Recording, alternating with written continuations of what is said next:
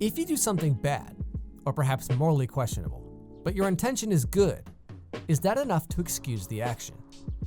If you have a bad or morally ill-willed intention but you decide to not act on it, can you or should you still be held liable for those intentions?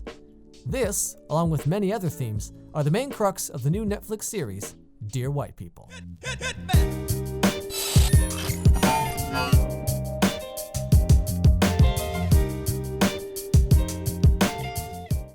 The relatively small black population of the fictional Winchester University is slowly getting tired of the daily microaggressions they face. It's the typical things you hear about now and then on the internet. You know, people touching their hair, people asking, "What are you?"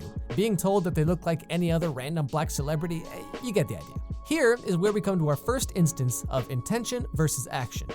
It's clear that no one at Winchester has any ill will towards the black students or against black people in general, and their questions can be placed anywhere on the spectrum between friendly small talk and general ignorance. Of course, this doesn't make it any less annoying.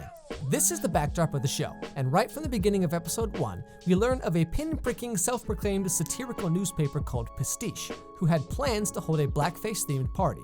However, due to a variety of reasons, they decide not to go through with it, which sounds like a smart move. So going back to the theme of intentions, they intended on holding this party, but ultimately they didn't. The intent was there, but there is no action. Rather than just letting this go and treating it as a case of someone just trying to be edgy and going too far, Samantha White, the main protagonist of the show, decides to hack into Pastiche's computer and send the invitation for the party in their name. She knew by doing this some of the kids would still show up dressed as racist blackface caricatures, which would in turn justify her own internal feelings and concerns about being a black student at Winchester.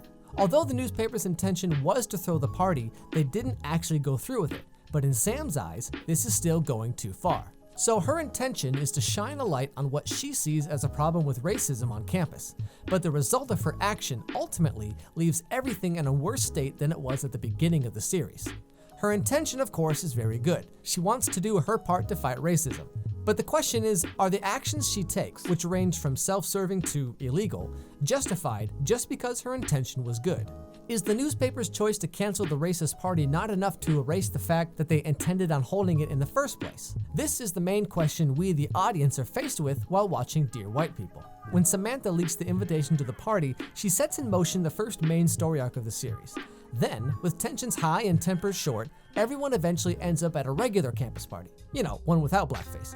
Here's where the second main story arc begins. At this party, one of Reggie's friends, who happens to be white, is singing along with a hip-hop song that, wouldn't you know it, has the N-word.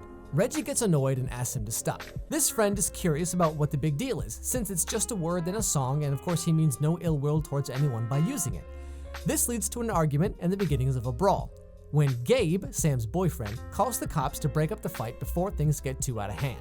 So once again, we're faced with several cases of intent versus action. It's clear that Reggie's friend has no intention of hurting anyone by singing that song, and in fact, he's singing along with Reggie himself.